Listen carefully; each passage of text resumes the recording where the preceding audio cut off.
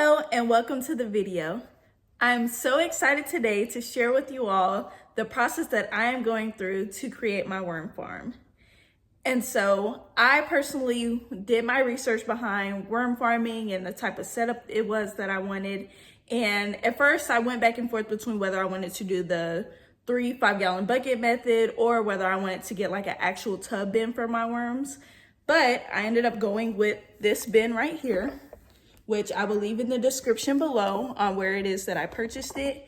And the reason that I ultimately went with that one was I wanted something a little bit aesthetically pleasing and also something that I would feel comfortable bringing in when the temperatures were out of the norm for the worms. So I do plan to have this worm bin outside full time, but when it gets too cold and too hot, I can easily bring the bin in and feel like it's just a part of the home. So without further ado, I hope you like, comment, and subscribe, and we'll get right into the video. Here is the worm bin, and as you can see at the bottom, we have a spout that I can open and close to release any liquid that collects at the bottom, and that's mainly used to dilute with water and use as fertilizer in the garden. And I'm just showing you all that there are 3 layers. Here is the middle layer, and this is where the worms will start. And I'll just put the lid on top of this one. And as you can see, there are holes at the bottom of each layer. There are different beddings that you can use for your worms, such as regular soil, coconut coir, or peat moss. And for the purpose of my worm farm, I decided to go on and use the blocks of coconut coir. And all you have to do is take some water and go in and add it to that coconut coir, and it ends up expanding into pretty much a big layer of soil. And so the coconut coir that I got off Amazon came with 4 blocks, but for my worm bin, I only needed 1.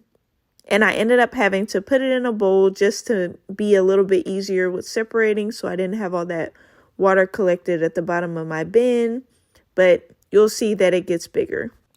And so I got my worms from Mimi's Worm Farm, and I was surprised when the package came because I was not expecting to get the other little packets that came with the worms.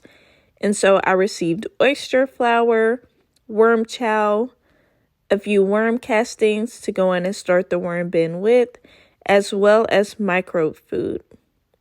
And then the worms came in this really cute bag. They were all tight and secure. As you can see, the bag is tied together by this string, and I really just love the packaging. Right there, as you can see, is a worm rake. And then what I also ended up buying for my worms were 2 worm blankets. And I got this because I saw it's best to change the worm blankets every 6 months. So I just wanted to go on and get enough to last me through the rest of the year for my worms.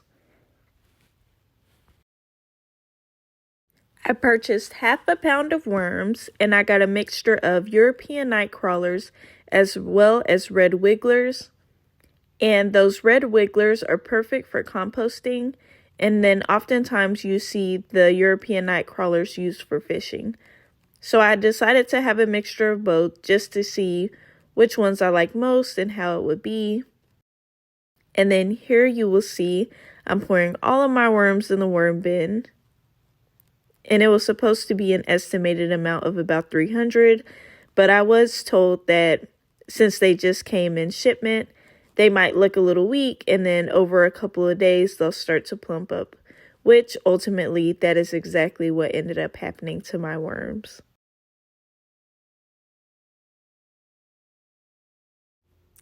Now, this is the next day, and I checked on my worms, and they were all nice and cozy in their new worm bin. And I decided off to the side to put together some eggshells that I had saved up, as well as banana peels for their first meal and for them to munch on just to see about how much it is they truly eat.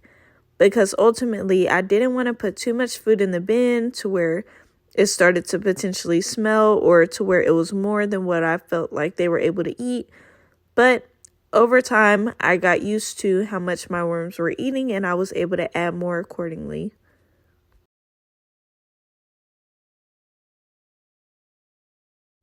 It is best to keep the worm bin moist, similar to a sponge, and not too wet to where it drips, but just enough to where you have that added layer of moisture to the worm bin.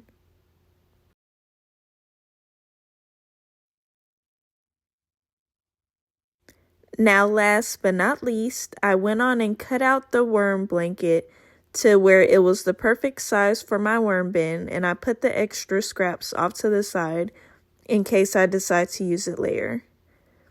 And just like that, my worms are all nice and comfortable in their new cozy home. Thank you so much for watching.